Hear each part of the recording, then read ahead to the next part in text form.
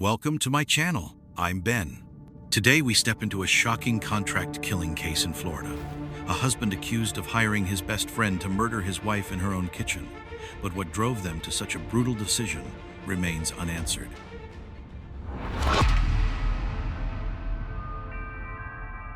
She lands after sunset, wheels grinding the runway at Southwest Florida International. A short call to say she's safe. Then the taillights vanish toward Bonita Springs. Dr. Teresa Severs has patients at 9 a.m. She is the kind of doctor who is never late. Morning comes. 9:03. 9:10. No heels ticking down the hallway. No quick laugh from the back office. Phones ring, then ring again. Messages pile up. By noon, the waiting room has thinned, but the worry has not. A friend goes to the house to check. The garage lights are still on, and the cars are at home. The front door doesn't answer. Around back, a side door shows fresh pry marks. Inside, the air is wrong quiet, heavy, metallic. A 911 call cracks the silence. She's on the kitchen floor. There's a hammer. She's cold to the touch. Blood fans across the tile that yesterday held grocery bags and school crafts. The scene looks like rage made physical blunt, repeated, unforgiving. Yet nothing else speaks. No ransacked drawers, no missing electronics. Jewelry sits where jewelry should. The alarm is silent. Neighbors drift to their porches, trying to make sense of sirens on a bright Florida morning. In a tidy neighborhood where people wave from mailboxes and talk about weekend beach traffic, tape goes up and the street turns into a boundary line. Detectives move carefully, photographing, measuring, documenting what's there and what isn't. A flight last night. A promise to be at work by 9. A house that should have been safe. It is the kind of crime that makes your own kitchen feel less certain. A woman comes home from a family trip, rolls her suitcase through the door, and is attacked before she can set down the keys. No theft, no warning, no mercy, just impact after impact, until a life is taken and a city loses its breath. If this wasn't a burglary gone wrong, then who waited for Dr. Severs in her kitchen? And why did they choose a hammer? In Bonita Springs, Florida, the sun doesn't just shine, it saturates everything. Streets curve between palm trees and pastel houses, and neighbors greet each other at mailboxes, as if the world is immune to darkness. It was here that Dr. Teresa Severs built a life, 2 daughters, a thriving holistic medical practice, and a reputation that could fill a room before she walked in. She was small in stature but quick in presence, her 4-inch heels clicking across tile, her voice crisp and confident, and her gaze fixed on whatever problem stood in front of her. Patients described her as relentless in pursuit of wellness, unwilling to accept "I'll never get better" as an answer. Colleagues described her as a spitfire, sharp, uncompromising, sometimes difficult, but impossible to ignore. Her husband, Mark Severs, was the office manager, her steadying counterpart in public, though in private, their relationship carried strains.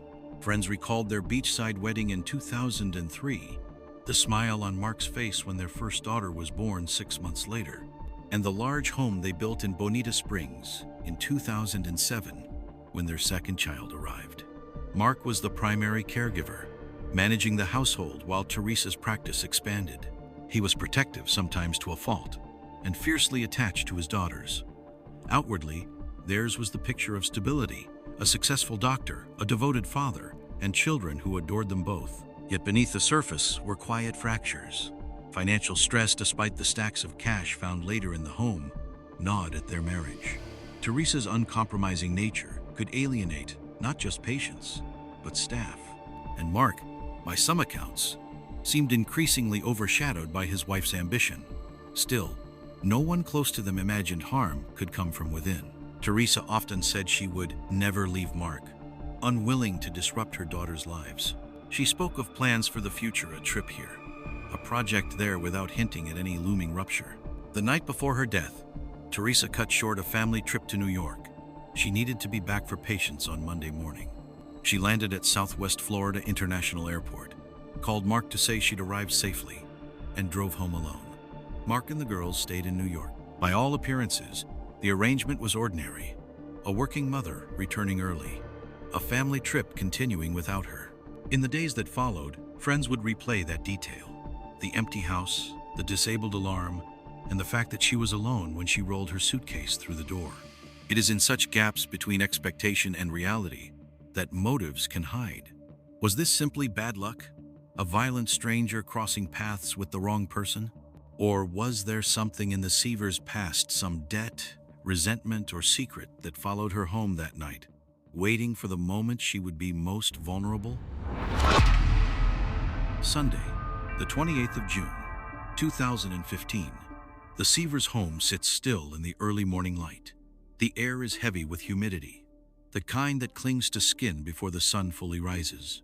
Inside, the alarm system is silent, not because it failed, but because it was never set. Hours earlier, Teresa had rolled her suitcase in, likely placing it by the door as she had countless times before. There is no sign she sensed danger. Sometime before dawn, a door opens to someone who knows how to get in. No forced entry is recorded on the main points, only pry marks on a side door that investigators would later say could have been staged.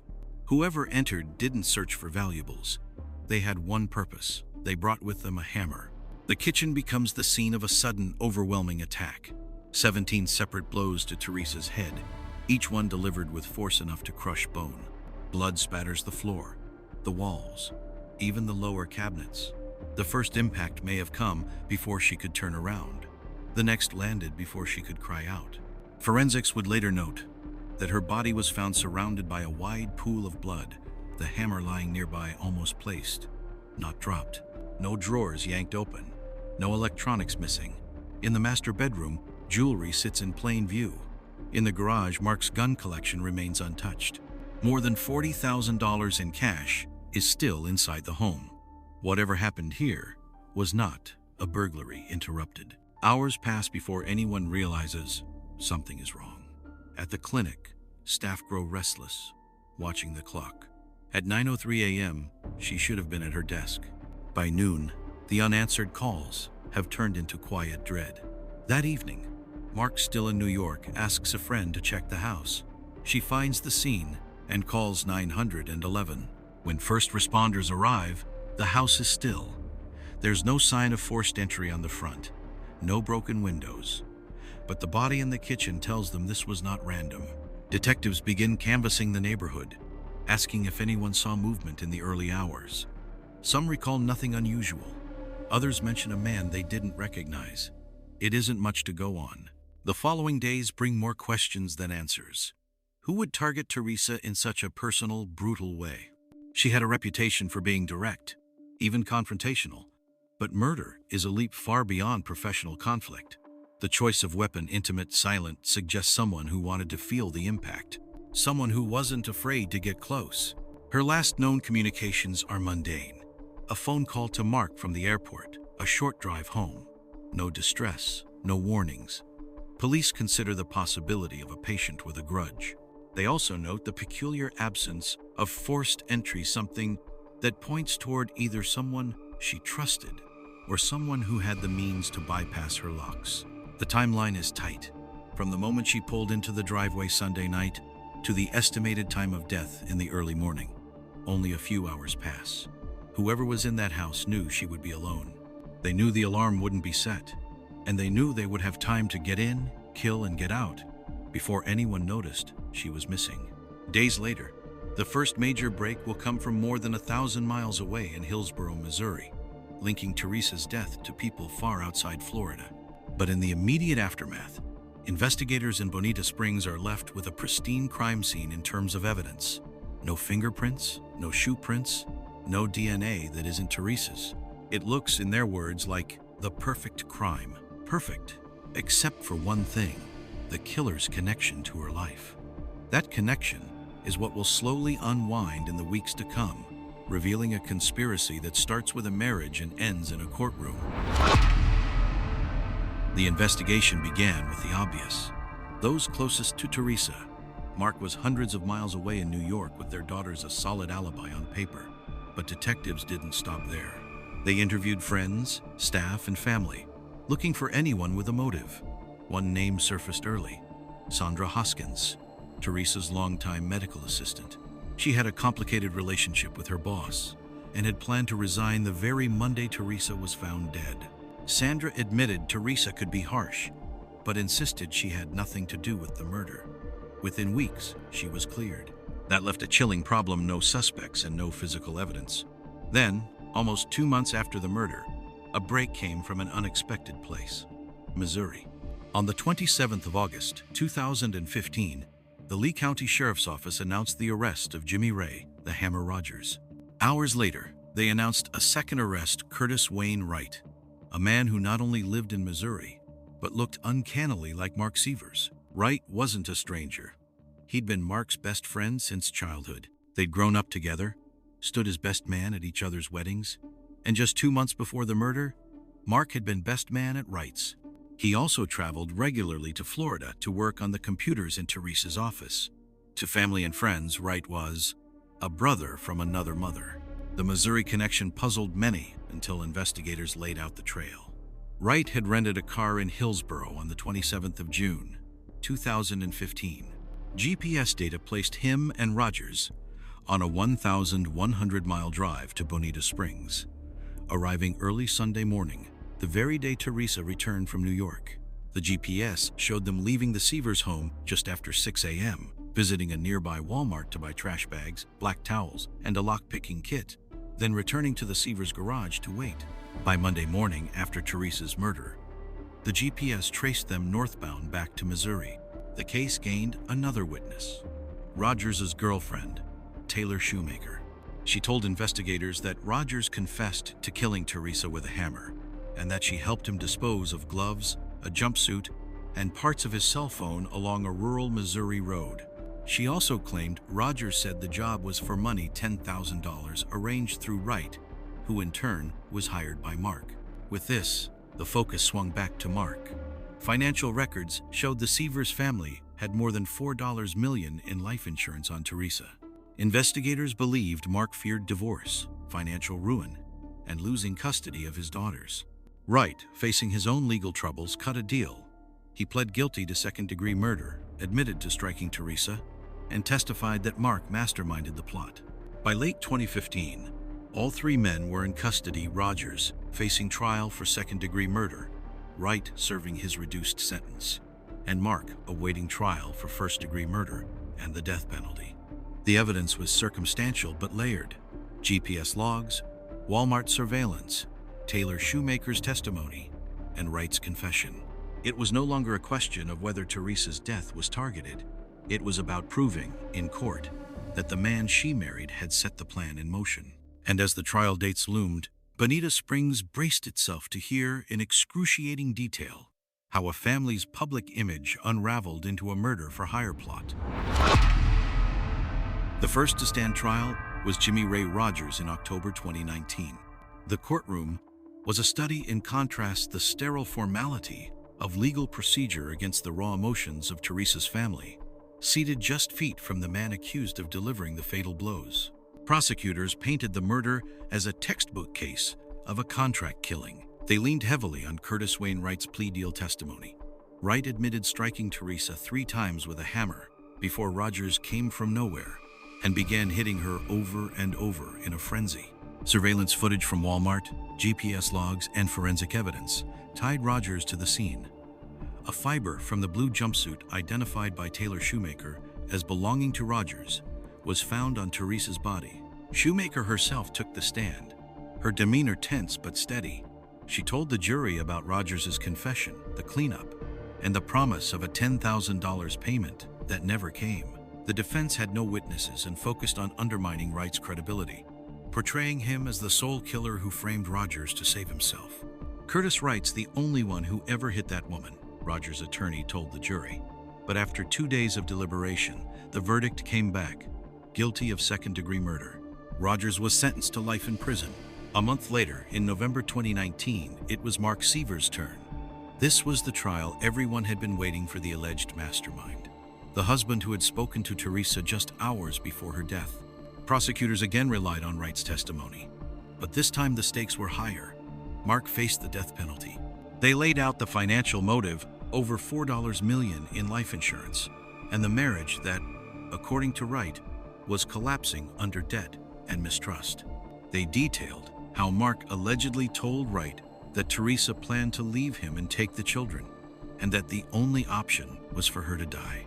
The defense countered with an aggressive attack on Wright's credibility, painting him as manipulative, dangerous, and entirely capable of orchestrating the murder himself. They argued that no direct evidence, no DNA, no fingerprints, no eyewitness tied Mark to the planning. Still, the circumstantial evidence was formidable. The GPS data, the Walmart purchases, and Wright's insider knowledge of the Severs home created a picture that, in the eyes of the jury, was too consistent to ignore. After just 4 hours of deliberation, the jury returned a verdict: guilty of first-degree murder. In the penalty phase, they recommended death. On the 3rd of January 2020, Mark Severs was formally sentenced to death by the judge. For Teresa's family, the verdicts brought a measure of closure, though not peace. They had sat through years of hearings, delays, and testimony that stripped away the privacy of their grief. The sentences, life for Rodgers, 25 years for Wright, and death for Mark, were legal conclusions, but they could not undo the morning Teresa was found on her kitchen floor. From a psychological perspective, the Teresa Severs case was a convergence of greed, betrayal, and the calculated use of trust as a weapon.